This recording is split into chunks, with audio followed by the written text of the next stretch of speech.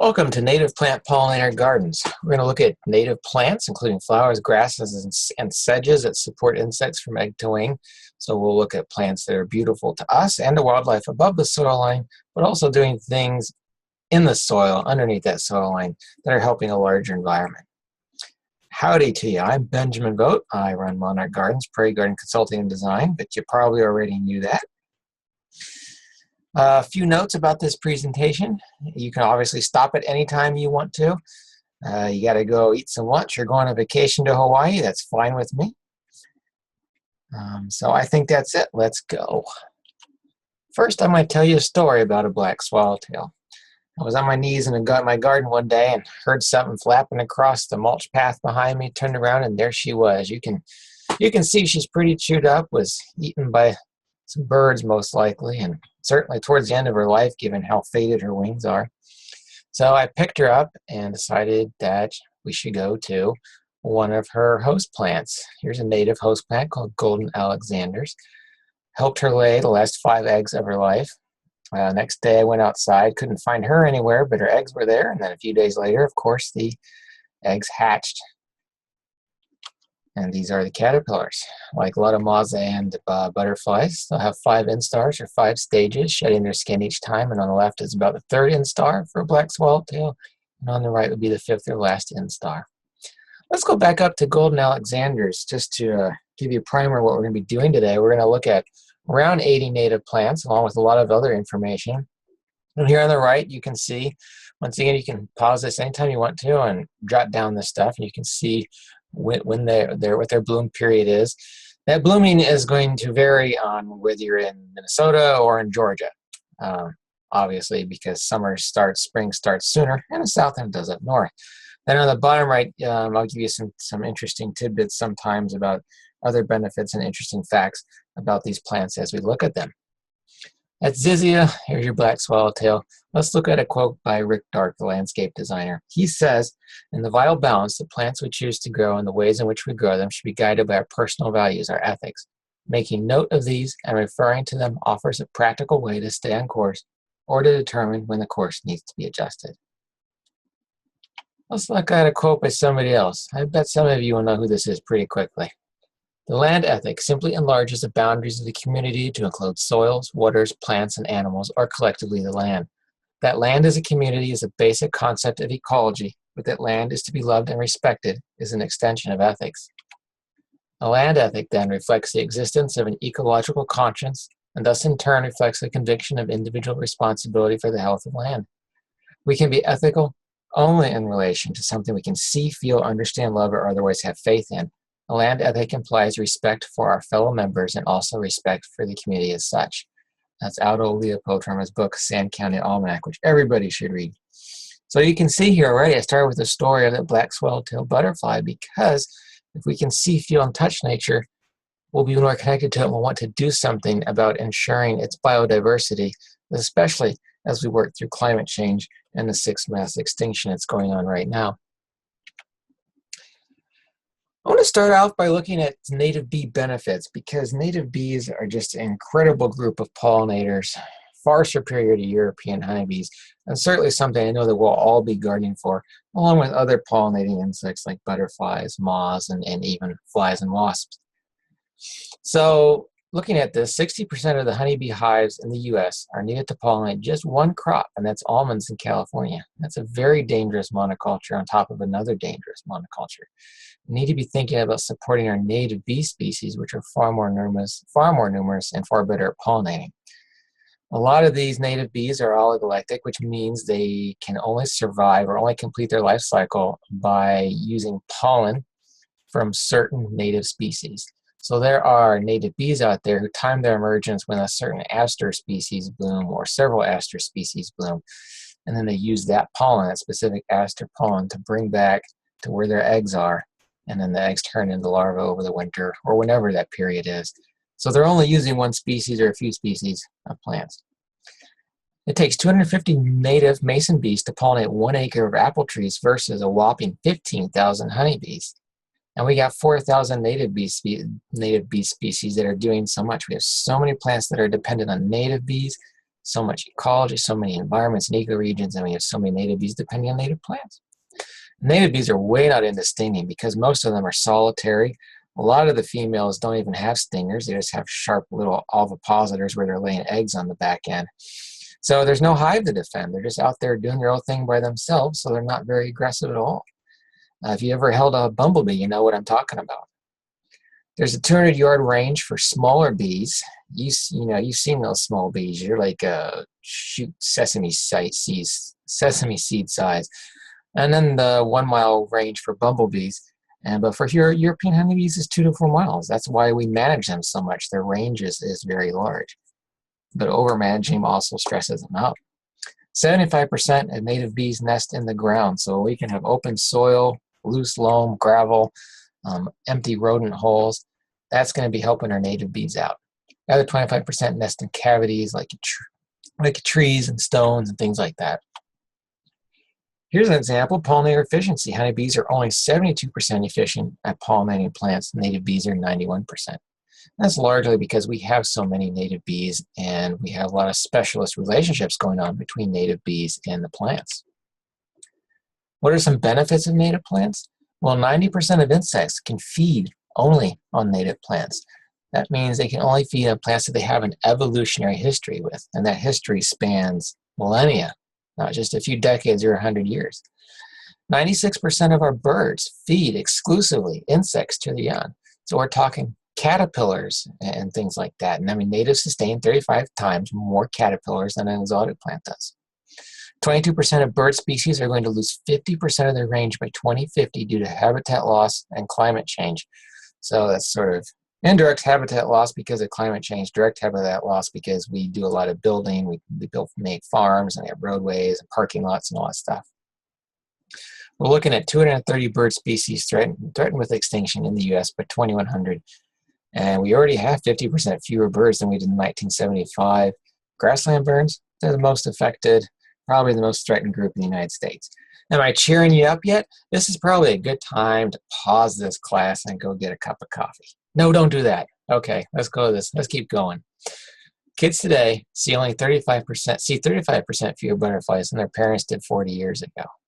Shocking statistics, but these statistics aren't meant to scare you or put you into an action, but to empower you, because when you know this stuff, you know that you can also make a change and make a difference and lead the way to more sustainable landscaping. So I live out here in Nebraska, prairie, and it's probably, tallgrass prairie is about the most threatened ecosystem on the planet, even more so than the rainforests. By 2100, the Great Plains are going to lose about 77% of their total grasslands. By 2050, looking around the entire planet, we're going to lose about 30% of our plant species. Coming back to the prairie, more than 1.3 million acres have been lost in the northern plains between the period of 2006-2011, and that's just in the states, North Dakota, South Dakota, Minnesota, Iowa, and Nebraska. And that's a faster rate than rainforests lost in Brazil, Malaysia, and Indonesia, all combined. So what are the benefits of prairie? And potentially what are the benefits of some of the plants we'll be using from the prairie? And not just, a lot of these prairie plants have massive ranges going like all the way to the East Coast. So it's not just prairie, right? But since I'm in the prairie, I know a lot of you are, 1 acre of prairie can sequester as much carbon as an acre of woodland. They are incredible carbon sinks. It can also absorb 9 inches of rain per hour before any runoff occurs.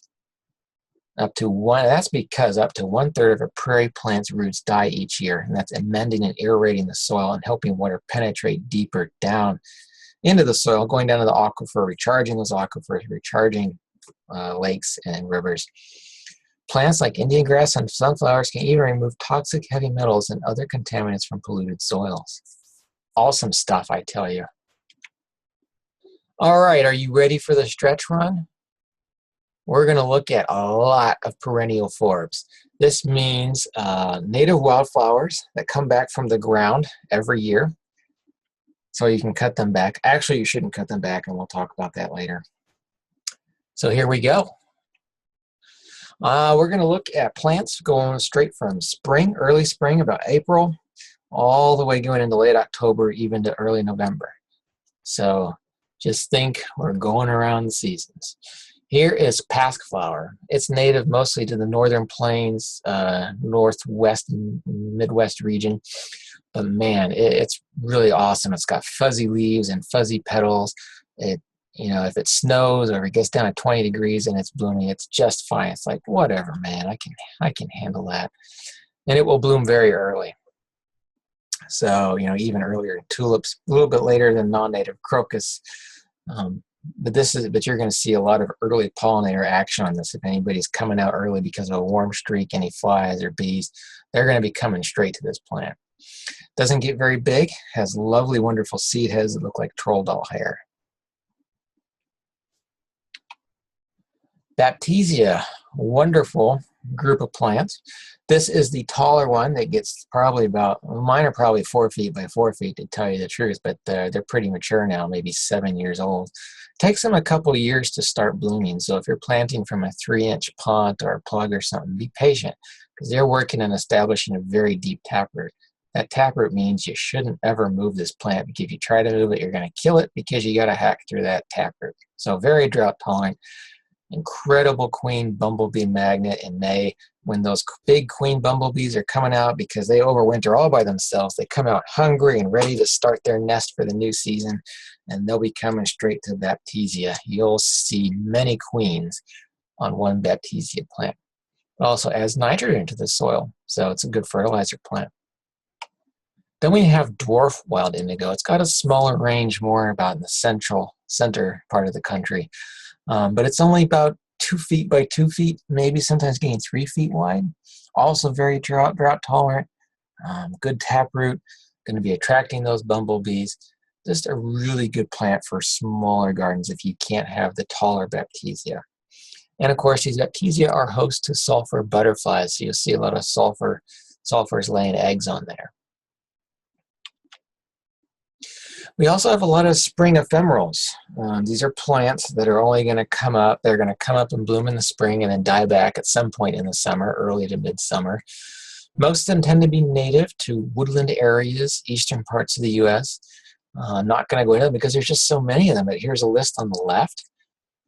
They're going to usually going to like fertile, moist conditions, but some of these are going to work fine for you in medium soil to even dry soil in some cases, as long as it is full, deep shade, and they're getting the spring rains. Summer, don't worry about it so much. It's really in the spring and in the fall when they need those rains to get going and then to recharge for their winter dormancy. So you can use these plants like you would use something like tulips. Don't use tulips. Everybody uses too many of them. Okay, I said that. So you can use these like tulips, right? You can put them in places where perennials that are going to pop up fast in June and July are going to come over and take them over and sort of take the place of these ephemerals that have done their thing and have now died back. So you can have wonderful succession going on when you're using ephemerals. Here's mountain mint. We're looking towards, I guess we're already getting into June here, aren't we? There are several different mountain mints. This one is by far my favorite because it is not nearly as aggressive as some of those other ones. And in general, our native mountain mints are nowhere near as aggressive as those nasty European mints that will take over and run amok. Also, incredible pollinator attractor. You will see tons of insects on here with tons of diversity for a long time, about a month or even more, because this is a long bloomer. Leaves smell wonderfully minty. You can use them in food and all that good stuff. So here you can see on the right all those wonderful things about this plant. I know we're familiar with coneflowers. Unfortunately, we're too familiar with cultivars, who a lot of them haven't really proven their worth in the landscape, being able to last. And we're also not sure if the pollen is as beneficial with some of these bred cultivars as a native species. Do bees and other pollinators recognize the pollen on bred cultivars like they would the straight species, and is that pollen as nutritious and as useful? We don't know, but I prefer to err on the side of caution, and we have plenty of straight species echinacea that are beautiful for any situation, like here pallida, pale purple coneflower, very drought tolerant, easy to grow, probably one of the first coneflowers to bloom. So you can have a lot of these coneflower species, these straight species, these native species, and they'll be blooming the whole summer. If you use an early blooming one like pale purple, move on to purple, and then some other ones. Oh, look, there's a beautiful little frog on purple coneflower. Tree frog, right?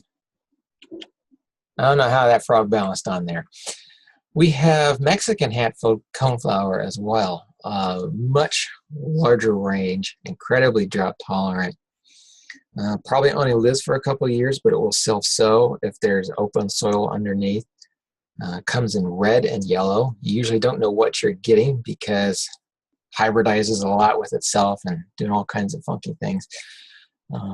But certainly one of those plants where you can use it if you have an area that's just rocky and nasty and you can't get anything to grow. This is a good colonizing plant to get in there and sort of stabilize the area and start to get some planting going. It'll help pave the way for other plants.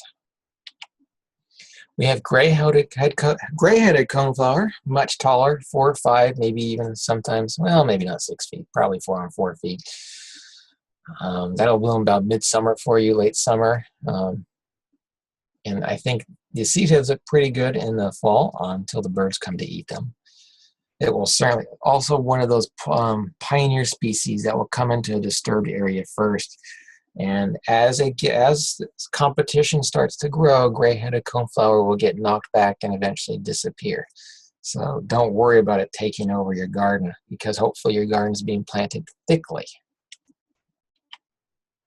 Wild bergamot. These Monarchs are awesome. Much prefer these native species into these cultivars out there that just don't seem to perform very well at all. This is a 4 to 5 footer. Obviously, you're going to see a lot of bees on it since it's called bee balm, is one of its other common names. The leaves can be used as a good oregano substitute. The Winnebago Native Americans also use the leaves to treat acne. I've never tried that myself, but I encourage you to see if you can get that to work. There's a nice combo that I had in my garden just for 1 year. It was when both plants were doing really well. I mean, Monarchs stays around pretty well, but like I said, the gray-headed coneflower will start to disappear and dwindle as competition increases.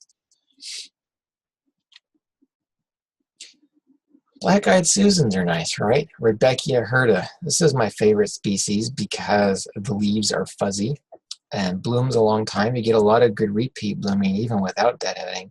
I really don't even advocate for deadheading because you're taking away seeds that birds can eat over the winter, as well as taking away winter interest for yourself. So it's usually a biennial or short-lived perennial. I've had them live maybe 3 or 4 years even, so not necessarily every 2 years. But that first year, they're going to put out that basal foliage on the ground floor. So the first year, you just see a big clump of fuzzy leaves. And then the second year is when the flowers really start going. And that might last a few years for you. They'll also self-sow a little bit in open soil. If it's a loam, they're going to self-sow a lot. If it's clay, not quite as much. Naughty onions are neat little things. Here's Allium cernuum. I know I'm probably butchering the Latin, but at least I'm trying. I hope you'll try too. Got to depend on or think about using Latin names more often because common names are shared by lots of different plants. So this has a good adaptable range for soil conditions. Pretty good geographic range as well. Mainly going to be pollinated by bumblebees because they're going to be hanging underneath, trying to get up in there and do their thing. And of course, it's got a nice, it's pretty open. You know, you're basically looking at a mature plant having 12 flower shoots or something, somewhere in that neighborhood. And then a lot of basal foliage that's getting no more than 6 to maybe 10 inches tall at the base. So it's an interesting plant to have around, and of course is edible if you're into that thing. Actually, I'm pretty sure I read that a lot of these native plants are edible. Native Americans found a way to eat them. I know coneflower roots are edible. Don't know how, don't know why. That's for you to research. Here's Hoary Vervain. You'll see a lot of this on roadsides. Basically where it can get a toehold, like a lot of native plants, a lot of wildflowers, but that also means it likes really dry conditions. Pretty adaptable, really good pollinator attracting plant for you. Seeds for birds in the winter, blooms a long time, also host for the common buckeye butterfly. So this is something you could just have scatter around if you want to, or you could try and plant it in clumps and drifts. Here's a combo. We got some rye, and then we got that Hoary Vervain there on the right side, and then we have gray-headed coneflower going on. This is in a small restored prairie of just a few acres. But this is something you could do even in a medium-sized bed. Maybe not with the rye, might be a little aggressive, but the other two you certainly could do. Rattlesnake Master. Oh, I love this one. More and more people are starting to see this and appreciate it. You can tell just by the flowers how interesting it's going to look in the winter, can't you? And also the amazing insect diversity that this puppy is getting. Lots of pollinators will be coming to it when it's in bloom, even though it really doesn't bloom that long. Maybe looking at a week or two at most if you're lucky. That's okay. It's cool to look at. The foliage is sort of yucca. Sort of looks like a yucca, and it's not spiky. I mean, it's a little spiky, but it doesn't hurt you. So the settlers who came out into the Midwest thought it could cure snake bites. I don't think that worked. Wouldn't want to find out. Purple prairie clover, you probably know this one. It's going to add nitrogen to the soil. Nice short plant. The only downside is, even though it's drought tolerant and beautiful and you're going to see scads of pollinators on it, is that the bloom time is short and rabbits like to eat it. In fact, herbivores just like to eat it. It's a candy plant for them. Pawnee use the dried stems to make brooms. That's how stout and strong they are. Oh, gotta go back. There's also white prairie clover. I think white prairie clover actually blooms. One of them blooms a little bit before the other. So you could have white prairie clover, and then a week or two later you got purple prairie clover, and then you sort of extend your clover bloom time a little bit more. White prairie clover's leaves are going to be bigger, but the size is going to be the same, and the conditions are going to be the same. That would be Dahlia candida. C-A-N-D-I-D-A. Senna hemicarpa, another plant that we need to be using more, and I think is slowly starting to get recognized for its wonderful visual interest and benefit to the environment. It's going to bloom for you about a month, and it's going to be covered in bumblebees. You might see 30 bumblebees at once. These are worker bees gathering pollen for the hive, and you will hear them for 20 feet away. It is just really amazing. And look at that foliage. So you got a plant that, depending on site and age, could be 4x4 or 6x6 feet.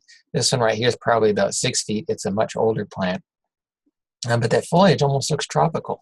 It's got a host plant for some sulfur butterflies, so you'll see a lot of sulfur eggs on it. I actually, for the first time last year, raised some sulfurs that I found on wild senna. There are different sennas out there, so you don't just have to stick to this one if it doesn't fit your region or conditions. Just do some research and you'll discover that there are several other sennas that you can use in similar situations. Here is wild senna leaves, and you can see that some leafcutter bees have been gathering nesting material. These are solitary bees who are going back to cavities and using these leaf bits to line their nests, line the cavities. Nice, wonderful blanket for larvae. And you know what? It's pretty. We got to see leaf damage as something good. It's not bad. Don't go rush to get the sprays. This is exactly what you want to see in your garden. If you're not seeing this, I think that's more problem than if you are. Culver's root. Cool one for moist to medium areas. Wonderful winter interest as well. It's going to bloom for you 3 to 4 weeks. You will also see a good diversity of pollinators on this plant. Lots of action. A lot of solitary wasps, like Virginia mountain mint. Culver's root is going to get those big black digger wasps, those blue wasps.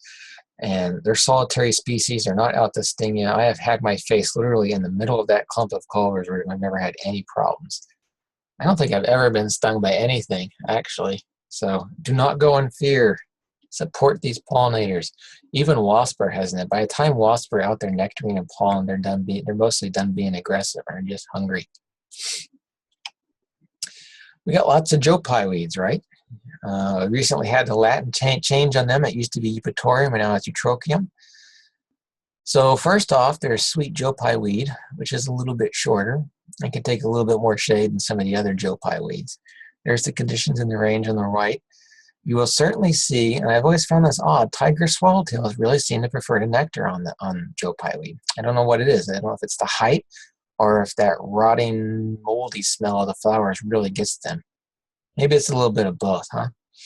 So this is similar to a larger Joe Pye weed, which is called spotted Joe Pye weed. You can actually see spotted Joe Pye weed on the right, and purple or sweet Joe Pye weed is back there on the left, back in the back on the left. So they'll grow in slightly different conditions, but spotted Joe Pye weed will be a little bit taller. The one I have is probably closer to 8 to 9 feet, but once again, that's a pretty mature plant, 6, 7, 8 years old or so. Their leaves even look a little bit tropical too, so maybe you can combine that with wild Senna in some way if you're into that Hawaii look. Oh, did you just get back from your Hawaiian vacation? Welcome. There's your tiger swallowtail and Joe Pye weed. Beautiful. And do you have native bees? Make sure that when you cut down your garden in late spring, even early summer, or just leave it up, that's fine too. Make sure that maybe you're using some of those Joe Pye weed stems to create bee houses. Like I said before, 25% of our native bees nest in cavities, like hollow stems. So you can just cut those Joe Pye weed stems in a 6-inch length, make a bundle. You can see here, it looks like we have some mason bees going on, and we have some grass, some wasps that use grass to line their nests. So you got a couple different species going on. And here actually is a dead native bee, female, guarding the nest entrance. This was taken in earlier mid-spring, and she had actually, she of course died there when the freezing temps came in winter. So she was guarding the nest from predators and mites and things like that to ensure her larva would survive over the winter. That's dedication. I don't know if I would have it, but pretty cool thing to see. Here's a common boneset. Also in the Eupatorium family, the Joe Pye family. It's definitely going to prefer moist soil. You might get away with medium if it's getting a little bit more shade and not getting that western afternoon sun. Incredibly attractive to short-tongued insects. And there are a couple different bone sets. There's tall bone set and there's late bone set, which bloom later and get taller. So depending on your conditions and your height requirements and all that stuff, there are a couple different bone sets that you can choose from. And you'll just have to research those. Oh, we needed another picture of wildlife doing something. Here's a wonderful monarch coming to land on ironweed. Ironweed, a lot of people say it's a good pollinator plant. I'm not entirely convinced it is, but you will have pollinators on it. I think it's a cool structural plant. The seed heads are cool. The flowers are cool. I just love the overall architecture of ironweeds. There's tall ones and short ones. This one here is probably about 8 feet tall. But there's an ironweed for almost every spot in the country and every condition. Let's go ahead and talk about monarchs since we just saw a monarch butterfly. You can see here in the dark green, this is their primary breeding habitat in the summer. This is where most of our eastern migration, the main migration monarchs come from. You can see it's there in Nebraska, eastern Dakota, southern Minnesota, Iowa, Wisconsin, Illinois, Northwest Indiana. This is where a majority of our monarchs come from, and if you're not seeing monarchs on the East Coast in the middle of late summer, that's because we're having problems out here in the upper plains in the Midwest raising our monarchs.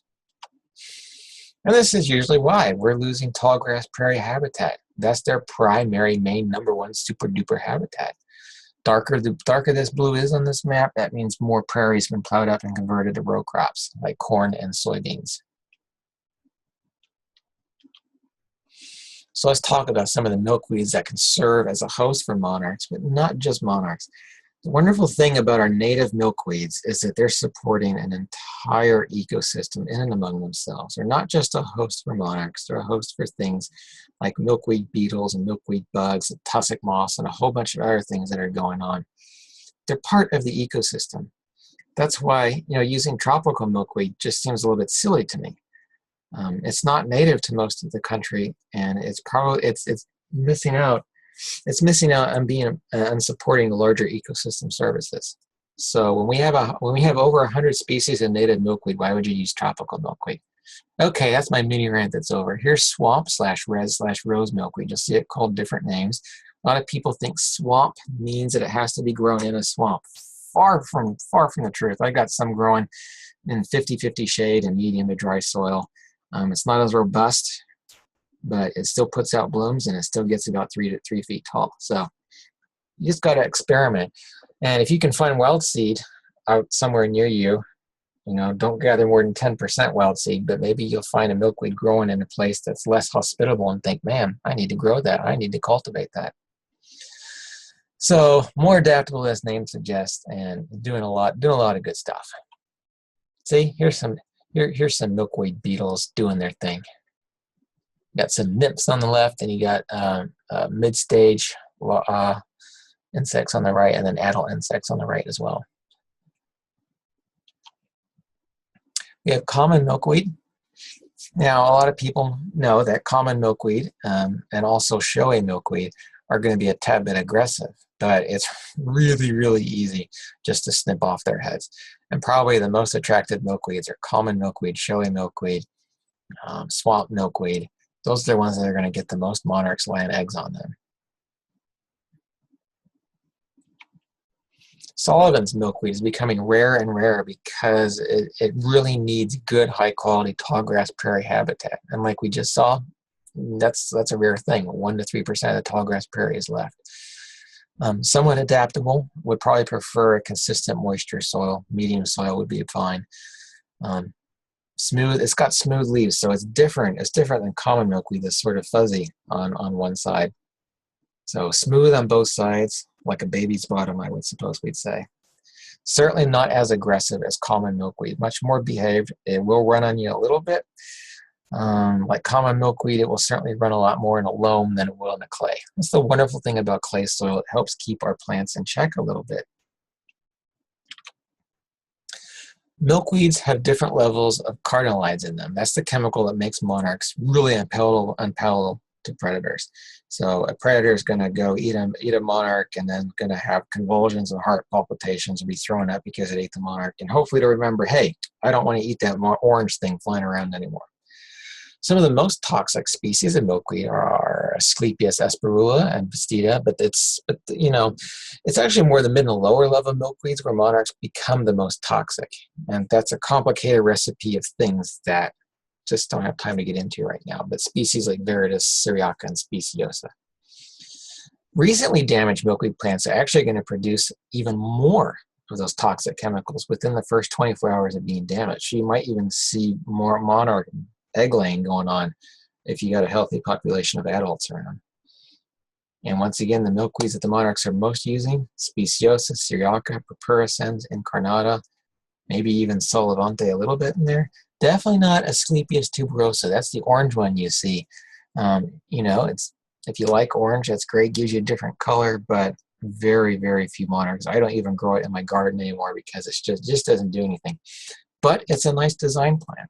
You might get a few monarchs laying eggs on it and other things using it, but it does have a nice size of 2 by 2 feet. So another monarch attractor is Meadow Blazingstar. Its range is basically northern plains and northern Rockies. I know a lot of people are cheating with it, and I won't hold it against you if you do too. But it's amazing how many monarchs come to nectar on this one liatris, and it's this specific liatris if you want to be attracting these monarchs. This is an image on the left of a day when I had one liatris plant, had 3 or 4 mature stalks on it, and I counted 12 monarch butterflies at once. And that's the best picture I could get. So highly attractive to monarchs. You're also going to get larger butterfly species like swallowtails, black swallowtail, tiger swallowtail, spicebush, and all that stuff. And as well, you'll have bumblebees nectaring on it. Its cousin is rough or button Blazingstar. Can take harsher, drier conditions.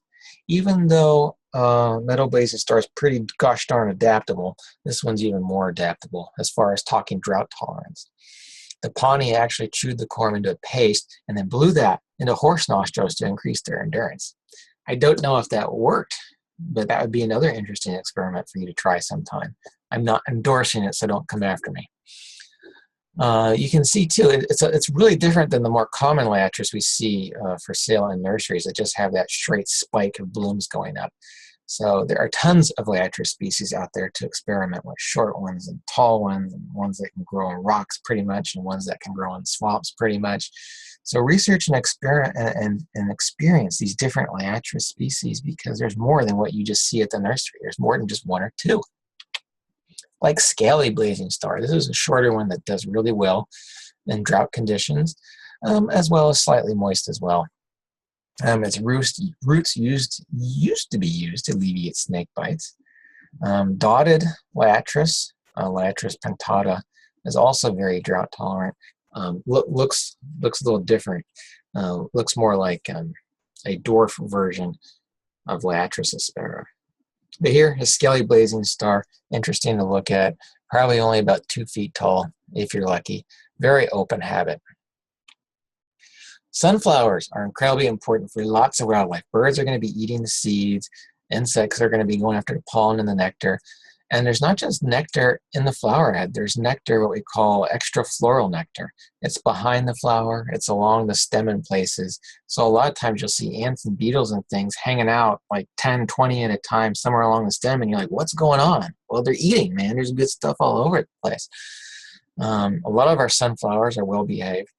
Maximilian, however, you see here on the left, can be a little bit of a runner. Some spread by seeds, some spread by rhizomes and roots. But I encourage you to try and experiment with some sunflowers, because they're just incredibly beneficial. And there is a diversity of native sunflowers all over the country. Thistles are important too. I know some of you are thinking, oh no, I've been spraying chemicals on my thistles. By the way, don't spray anything anywhere in your landscape. But we have a wonderful group of native thistles. The thistles we're all scared of and worried about are things like musk thistles.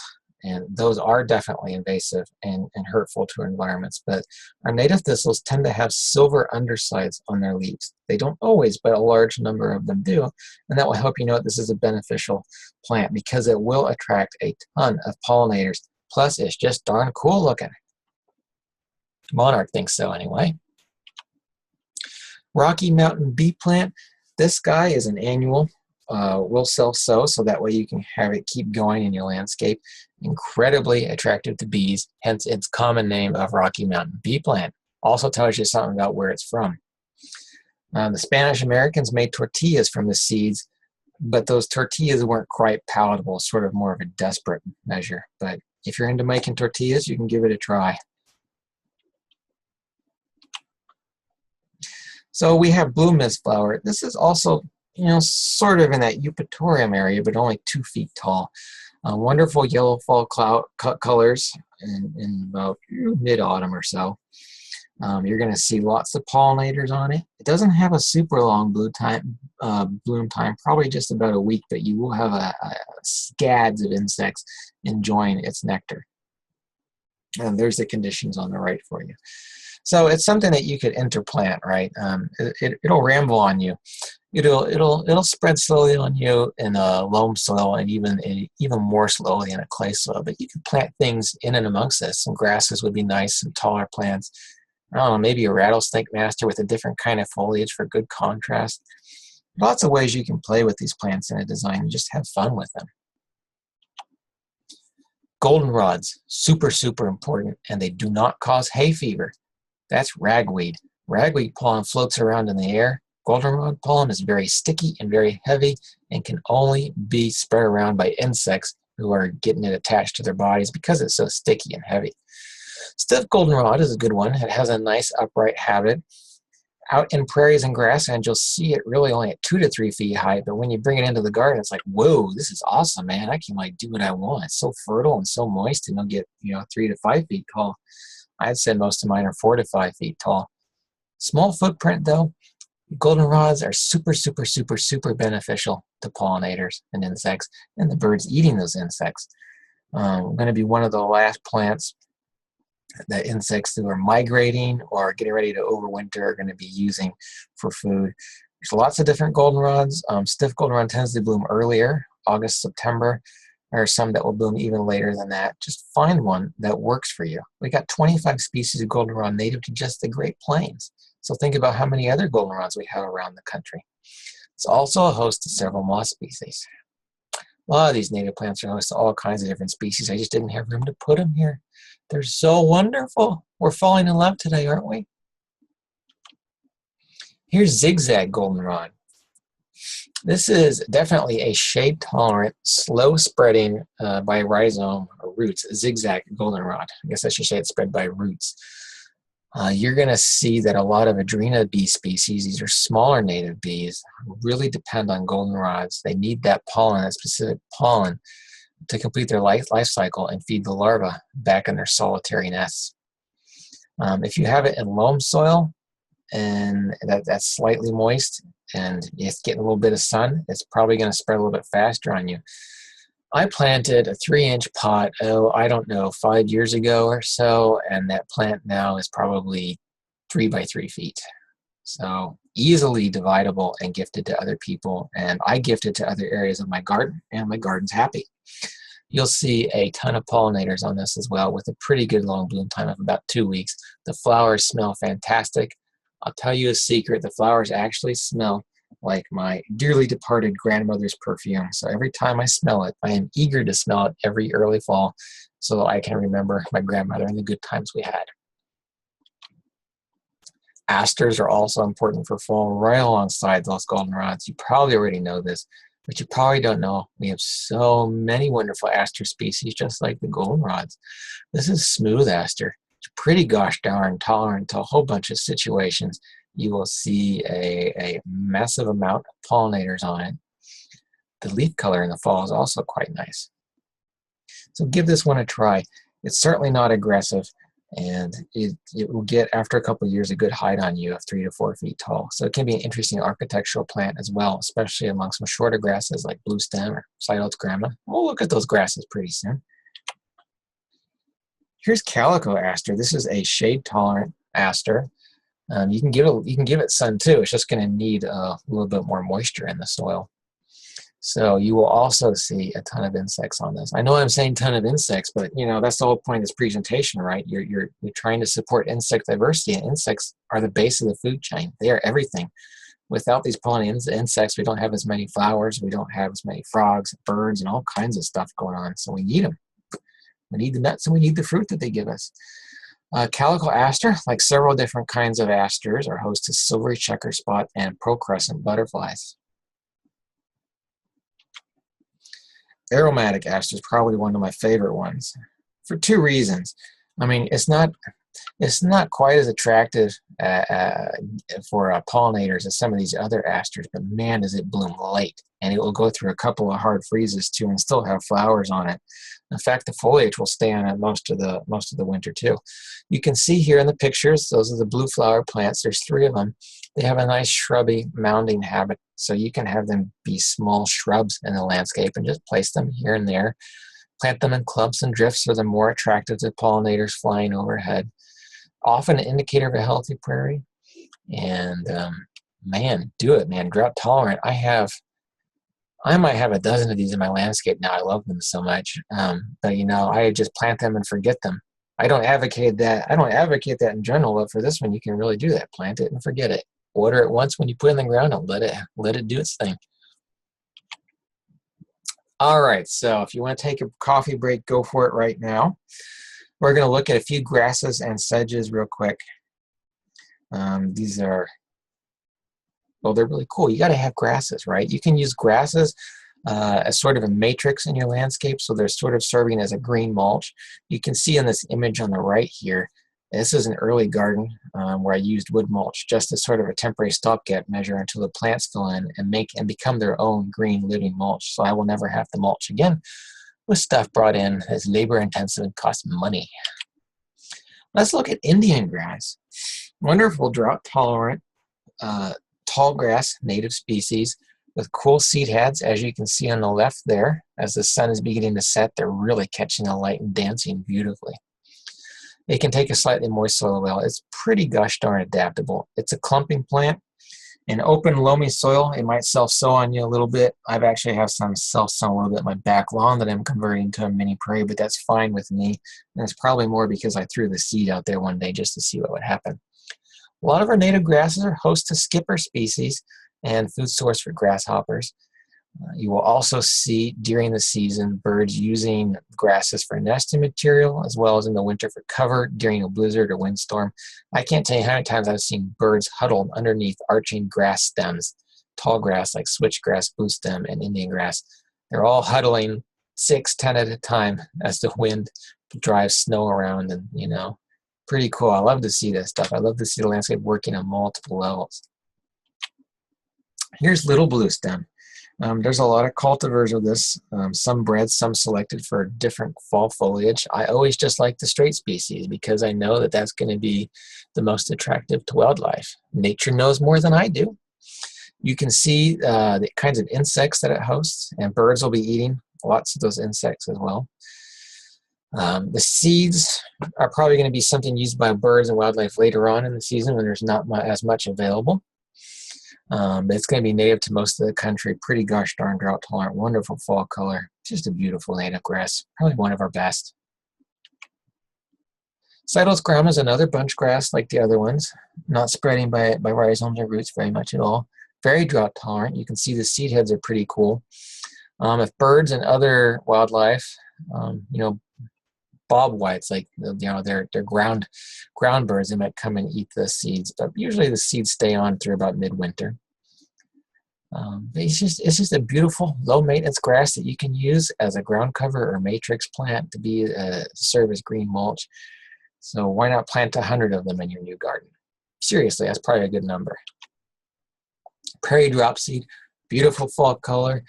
The seed heads smell like, well, some people say coriander, some people say popcorn.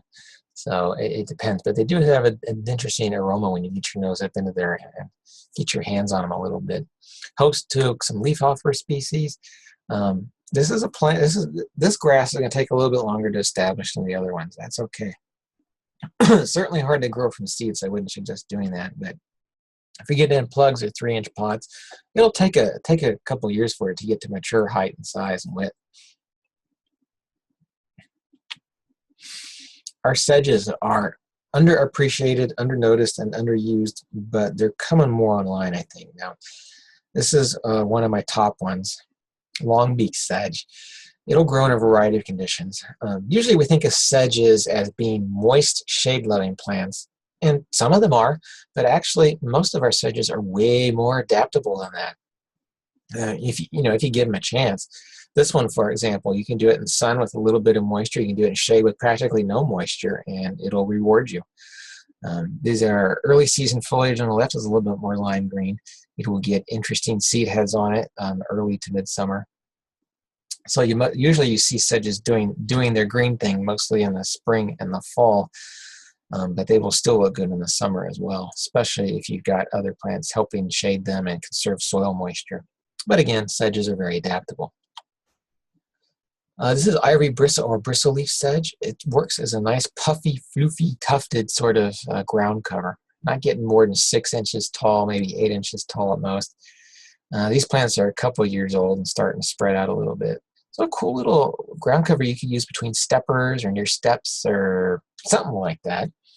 I think they could make a good lawn alternative in a small area where it's really shady. So this is a good one to try. Interesting thing about sedges is their roots are good at filtering and cleaning water, but so is their dead foliage. So if you have these in a rain garden or near a pond or something, there's no need to cut their foliage back. They will actually still work and clean up that water and make it less murky.